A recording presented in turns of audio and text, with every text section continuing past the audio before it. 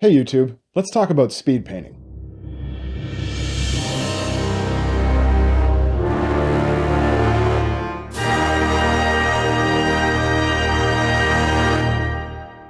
If you're like me, you prefer to play games using painted minis. Seeing a fully painted adventuring party, warband, army, or horde of zombies on the table is just deeply satisfying. I have plans to play a round or two of A Song of Ice and Fire in a week, and I've been itching to try out a new army list that's a radical departure from what I currently have painted and ready to go. If I'm going to show up with painted troops, as is my preference, I've got a lot of work to do. I have 3 units of infantry, a direwolf, and 4 named characters that need to get painted if I'm going to hit my goal. The first step of developing a plan is to pick a color scheme, and for a project like this, I find the best place to start is, as always, the reference artwork. For a game like Song of Ice and Fire, box art and card art are really helpful as a source of inspiration. Using them as a kind of mood board helps reduce the number of decisions you need to make about each model, and that translates into more speed. There's really nothing too complicated here. I just have to pick a green progression, plan for some leather bits and some metal weapons, and do a variety of hair colors to break up the homogeneity of rank-and-file guys. Okay, it's time to start writing my actual plan. Just use a piece of paper and a pen to jot down in point form the color and method of application you want to use for each discrete step you have in mind for the project. When you've got the initial plan sorted out, look for ways to merge, combine, or order things for maximum efficiency. To make this as efficient as I can, given the different units and color schemes in the mix for this project, I try and break down the workflow into progressions of each major color. I plan to start with a base for the skin tones, since all but one model in the project will need that. Next will be greens, because the majority of the models need one or more shades of green. Then I'll handle the main color of the armor on the Stormcrows. After that comes the fur on Summer, which will be done with a few different colors through the airbrush, some of which will also make their way into the fur worn by Lyanna Mormont and Bran and Hodor. Once that's complete, I'll finish off the initial layer of colors using contrast paints for leather, hair, small areas of clothing, and so on. Next, I'll apply some translucent metallics for armor and weapons, then go back to the airbrush to take care of all the bases. After that, I'll use oil washes for some very easy to achieve smooth shading and extra definition. Flesh tones will get a magenta wash to add color to the skin, and everything else will be burnt umber to unify things and tie them all together. The very last step will be using UV resin to add some simple water effects to the bases of all the Crannogmen, pigments to the bases for the Stormcrows, and then neaten up base rims and tray edges as a final finishing touch. Before I go that far though, I have to figure out if I can gain any efficiency at the initial lighting stage with my zenithal highlight. The character art for the trackers shows a mix of warm and cool shades of green. All of this green means I want to avoid using a black primer because there's a good chance that it will read as an unnatural pure black through layers of green paint. So instead of black, I choose a dark red-brown, Molotov Hazelnut. This rich dark reddish brown will mix with the green to produce a color that approaches black without actually being black in the shadowed areas, which should look more natural than stark black shadows with no depth and no color. For the lights on the Crannogmen, I don't want to make my life any more complicated, so I just go with unaltered white ink. For the Stormcrows, because they aren't only going to see play with my Starks, I elect to use a warmer light more evocative of the desert environment they inhabit in the novels, and to match the more arid-looking basing I went with. Their art suggests an orangey-brown leather is their main equipment color, so I prime them in Molotov Petroleum, because blue is a cold tone and happens to be the complement of orange, and use a warm titanium buff for the zenithal light. With this decision, we arrive at our first lesson: do more with less.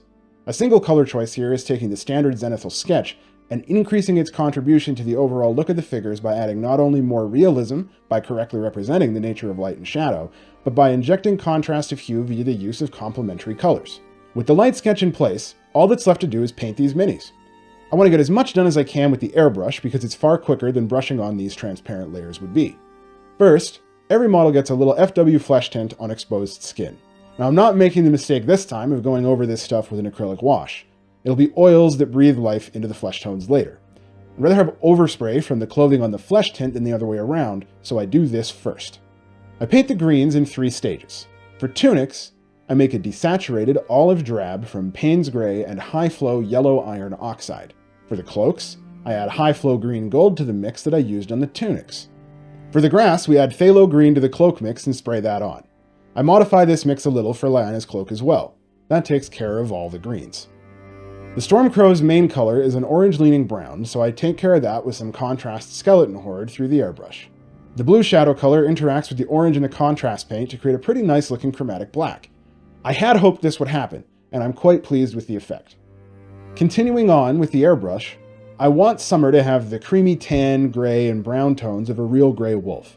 To achieve this, I start with transparent raw sienna ink to tint the fur on his lower body and haunches towards tan, then do a gradual progression from neutral gray through black by way of Space Wolf's gray on the upper part of his body. I go back later and add a little burnt umber on his flanks, shoulders, and lower legs to increase the contrast and blend that back in with a little more neutral gray. After I'm done with the fur, I noticed that all of the flesh tint I already applied had been thinned just a little too much, so I went back and touched all the areas of exposed flesh up with the airbrush, being very careful about overspray. While I do want the project to be fast, I also want it to look good, which is the second lesson I learned on this project. Fast doesn't mean bad unless you let it. When you make a mistake, fix it. Even if it costs you 15 minutes, it's worth it to have a great final result. Continuing on with the airbrush, I paint the tracker's pants with Griff Charger Gray. This is a blue-gray with a greenish hue that is a perfect accompaniment to the greens on the rest of the models. The Stormcrows get essentially the same treatment, just with Basilicanum Gray instead, which is a darker, neutral gray color in keeping with their character art. In the last step I'll use my airbrush for, well, the last step I'll use it for now, anyway, I load it up with Agaros Dunes and go to town on all the bases and trays. This will be the only ground color I put on the bases for the Stormcrows, so they get a very heavy coat of it to evoke the arid desert environment I mentioned before. Everything else gets a sketchy, rough application because there will be quite a few other tones added to those bases for variety later on. The other colors we'll use are much more opaque than Agaros Dunes, so I'm not worried at all about overspray on unpainted areas. And if I happen to hit anything painted, pants or cloaks for instance, the contrast paint will interact with the darker colors that are already down on the models to create some free weathering. That sounds like maybe it's lesson number 3. Turn limitations of your tools into strengths. As the late Bob Ross said, we don't make mistakes, just happy little accidents. In an acrylic speed painting workflow, you can plan ahead for those happy accidents. Taking advantage of your airbrush's overspray, or planning for how 2 colors will interact the way we did back in the priming stage, are 2 examples of this sort of thinking. At this point in the process, I know where I need to get to, and it doesn't matter too much what order I tackle things in.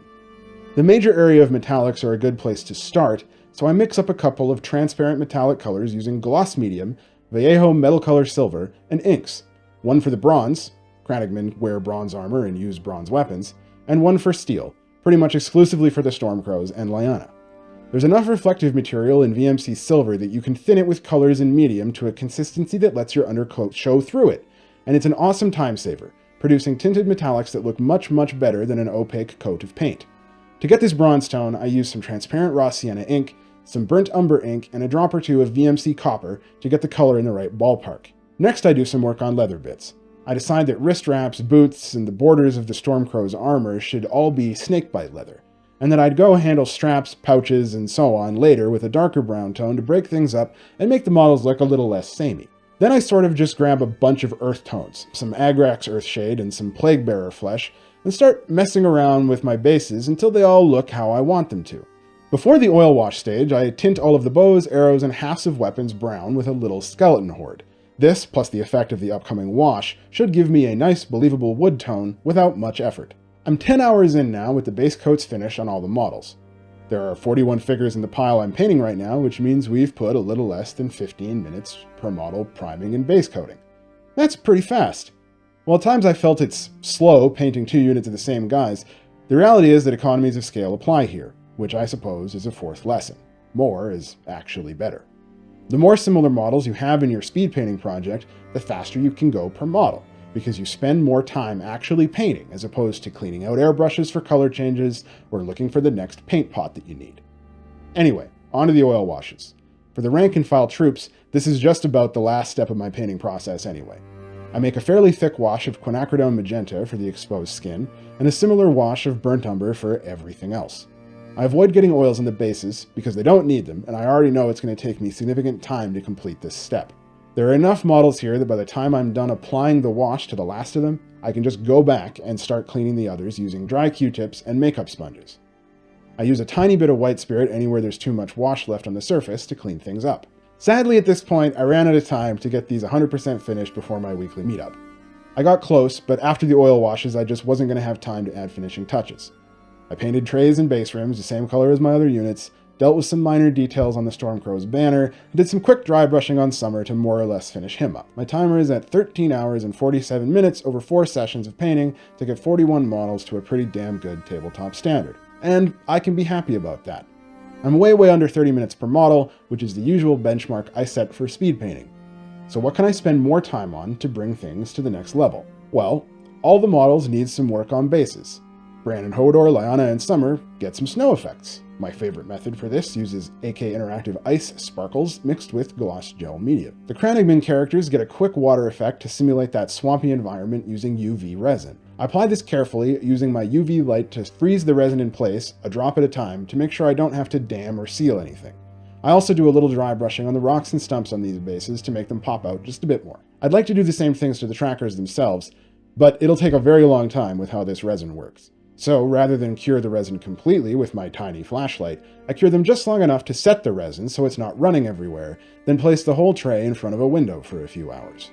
The Stormcrows, I apply some dry pigments to their bases and boots to evoke the dusty, arid environment around Slaver's Bay from the novels, and dry brush the ground cover with some desaturated greens to increase the contrast. Now, originally I planned to spend some time on these guys with acrylics to add more texture and detail to clothing, pump up the contrast here and there, and just spice things up. I still might, but I don't have to, and these are a totally reasonable definition of done given the time I invested. And there's the fifth and final lesson. You're done when you're happy with it, whenever that is. After spending this much time working on a project, I'm ready to move on to something else, and that's totally okay. This isn't supposed to be a chore. It's our hobby, a fun and relaxing thing we do to express ourselves and make cool and interesting models for our games. So all in, it took me another 2 hours to finish up all these bases, which means I finished the work completely in just under 16 hours.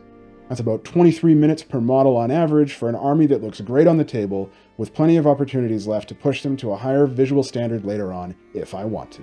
I certainly learned a thing or two making this video, so I hope you got something out of it too. If you did, let me know in the comments. Also, please give it a like if you liked it, and consider subscribing to the channel if you want to see more videos like this one in the future. Until next time, see ya.